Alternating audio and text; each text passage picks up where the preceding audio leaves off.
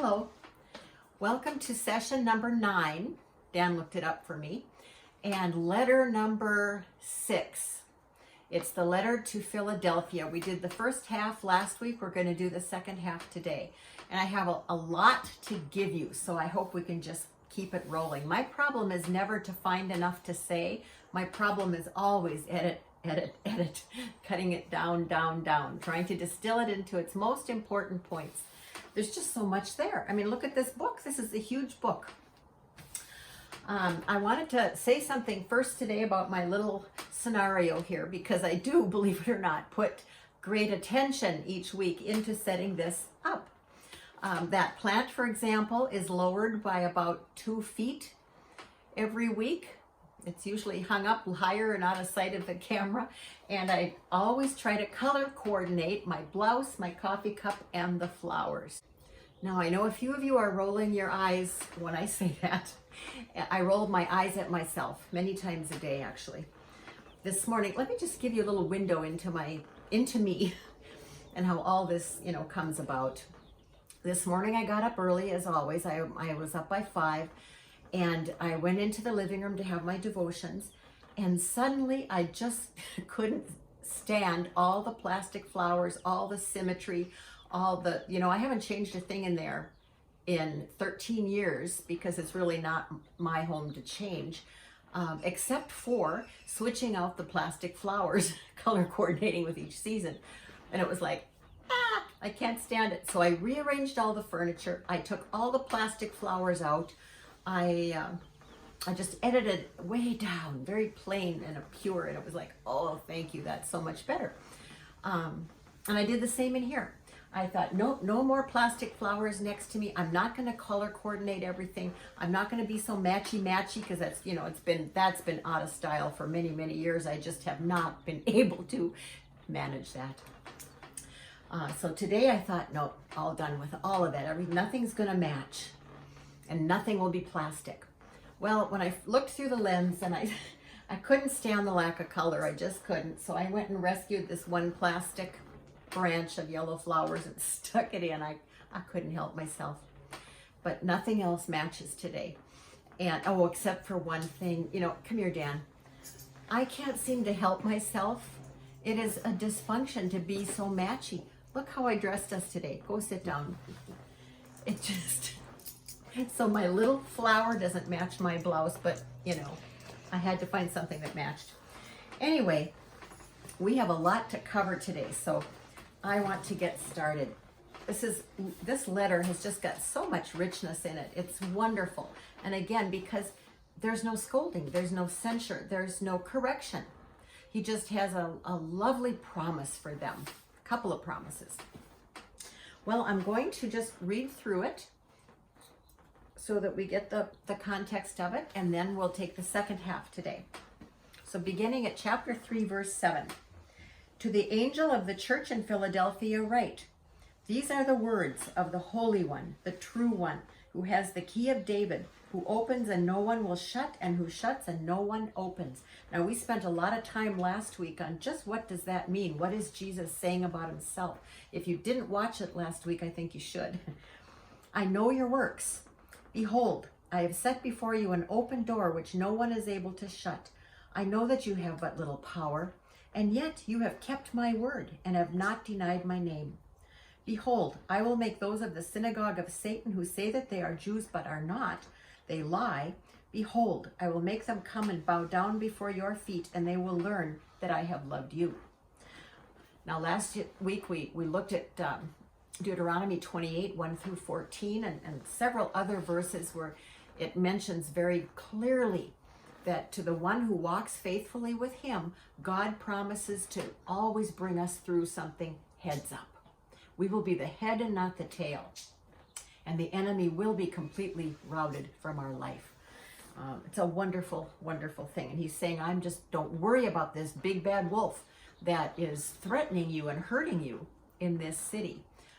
I've got my eye on them. When it's the perfect moment, I'm in perfect control here. I'm going to squash them like a bug, and you'll get to watch. It's a lovely thing. Now I'll start reading at verse 10.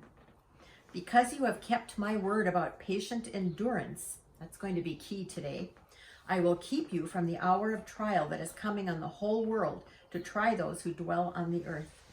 I am coming soon. Hold fast what you have so that no one may seize your crown. The one who conquers, I will make him a pillar in the temple of my God.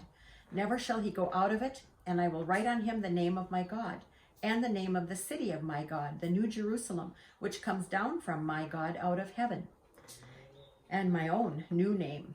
He who has an ear, let him hear what the Spirit says to the churches. Well, we're going to go, when we're done with the letters, we're going to go back and pick up all these final promises and take a final look at them.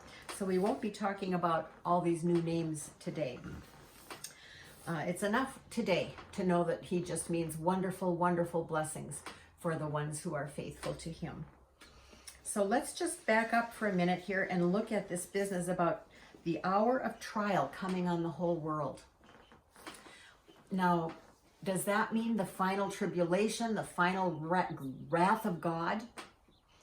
Those two aren't necessarily synonymous, but they're both times of horrible, horrible trial and tribulation. If it means the final bowls of wrath, yes, Christians will be gone because we are not objects of his wrath. He says, you are no longer objects of my wrath. You have become objects of my mercy. That's a wonderful verse. But the greater, that final horrible tribulation, always contains the lesser. That's just a principle of life. The greater contains the lesser. They aren't mutually exclusive. One fits within the other. So that means that there's times all through the human experience when we go through terrible times of tribulation and trial and trouble. It's just going to happen. That is inevitable. In part, it is inevitable, if not completely, because of the devil, the fall of man. This planet is doomed. And as we hurtle towards our God-ordained doom, trouble's going to come. It's not always going to be easy. That's just the way it is. You know, one time, Corrie ten Boom, if you remember who that was, she was famous for a Christian who hid Jews in her home during the Holocaust. Her testimony, her books are tremendous. And if you've never read one by Corrie ten Boom, you should. I think the most famous one is called The Hiding Place. Anyway, she was speaking in America about her experiences one day, and at the end, somebody raised their hand and said, do you think Christians will go through the Great Tribulation? And her response was just to look at this person in bewilderment. And finally she said, only an American would ask that question. And then she moved on. Meaning, we are so spoiled and coddled and comforted in this country and in this part of the world that we have no understanding that in the rest of the world, people are suffering even right now as we speak. Horrible things, horrible persecutions and tortures and death in different places and at different times.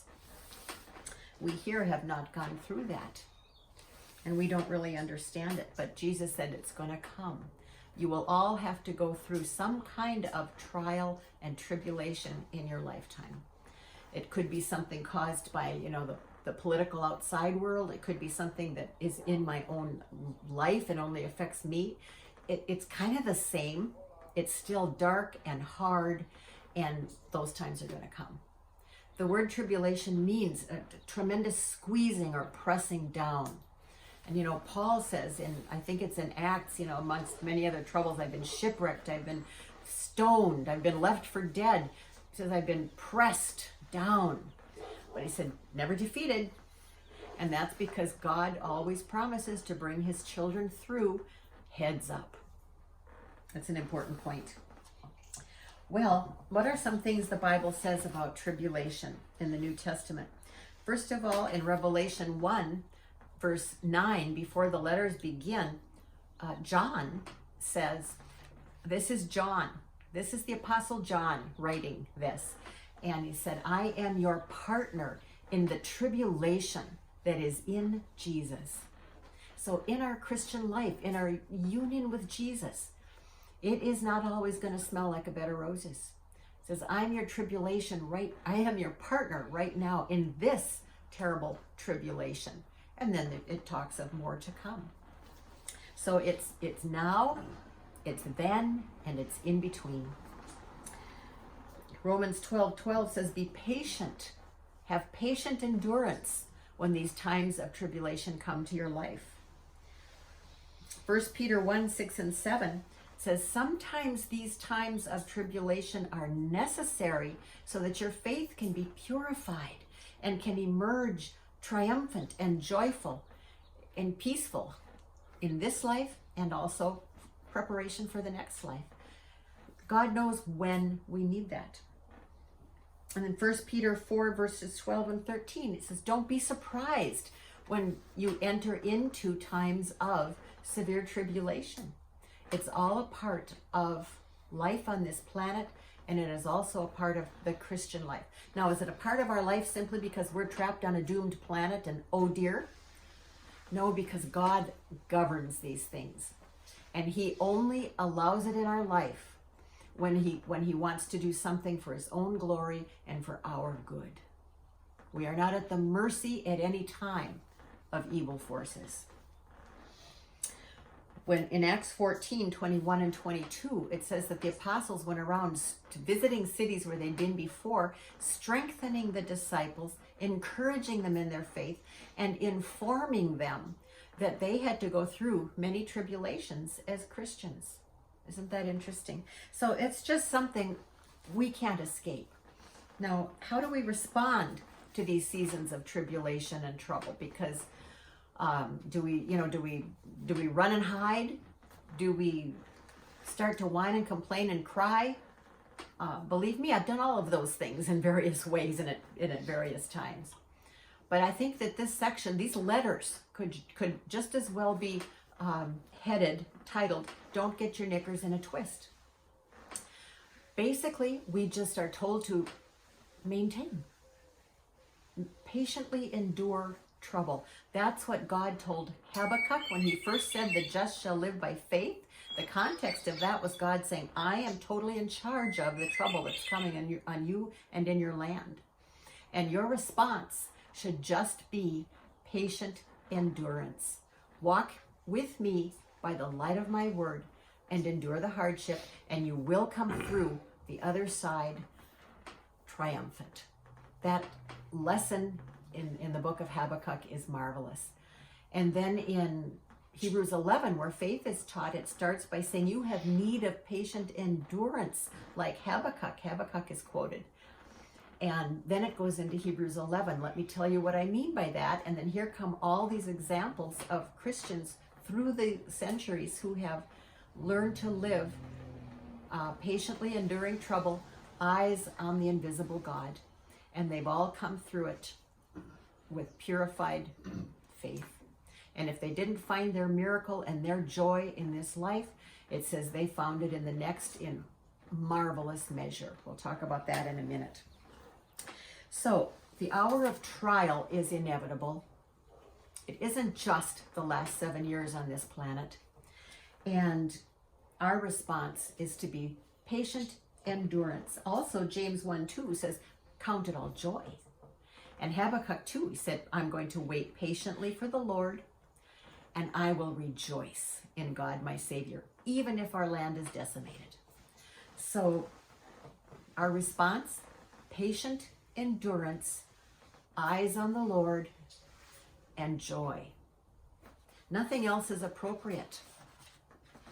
Now that joy, how can you have joy? Well, I love the wording in James because it doesn't say when these horrible things come upon you and you find yourself in a season of suffering or trouble, it doesn't say, now feel happy. It doesn't say that. It says, count it all joy. We're to reckon it as joy. I love these mathematical terms. So we just do that. Okay, I believe all of God's promises. He's in charge of this. He's taken us to a good place. He's governing this for all the right reasons and in the right way. Therefore, I am just going to rejoice today. Now, if that sounds impossible, let me tell you that it is impossible sometimes. for the human soul. It is.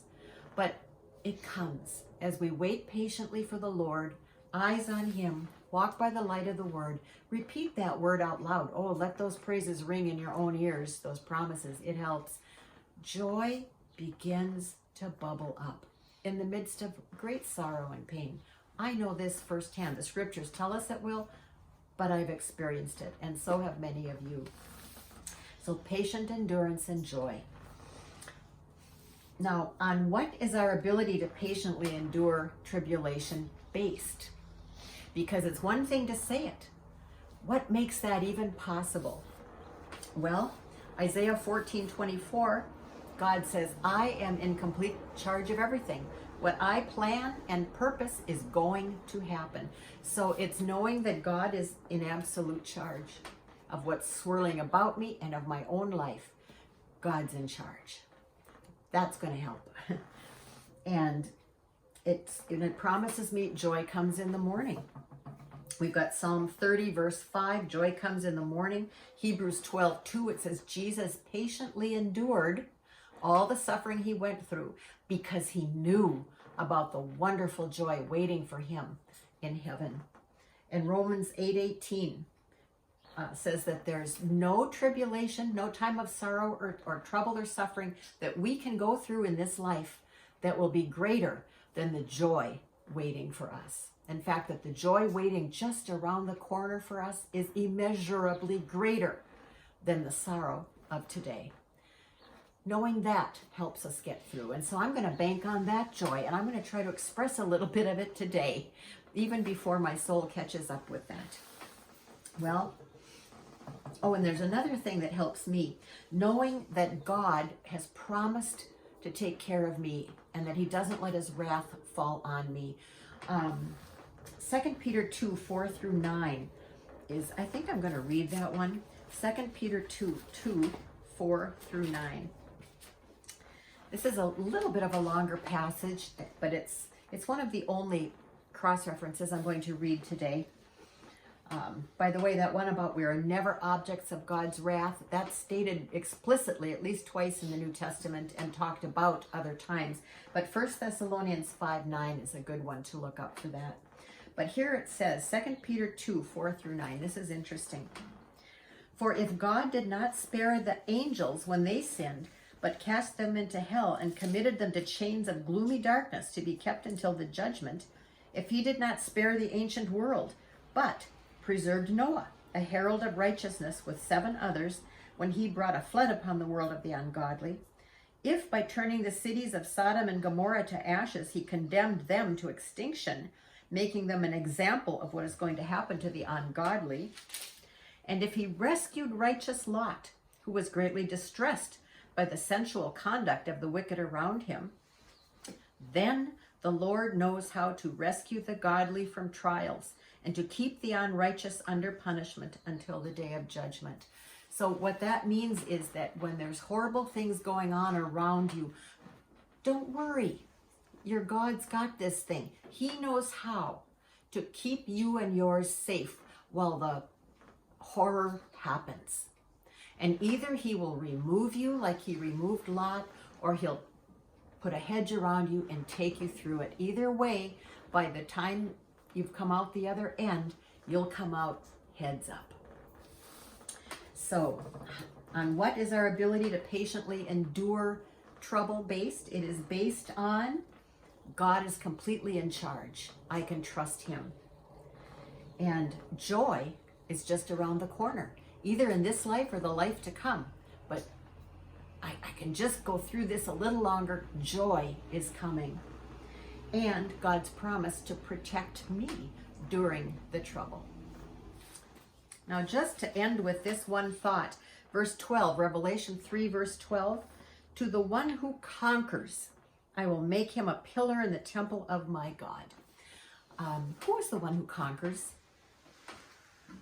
What mighty deed must we go out and do for God to come under that phrase, under that promise? Well, I tell you, it's very simple. The one who conquers, according to this and according to every other letter, is the one who patiently endures, who can go through hardship troubles and tribulations, and believe me, I've gone through a few, and I know other Christians going through harder things than I have gone through.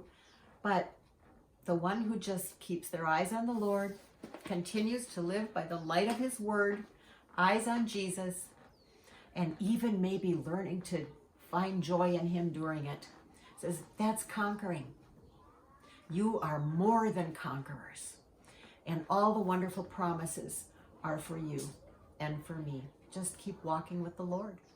So until next week, when we look at our last letter, bye.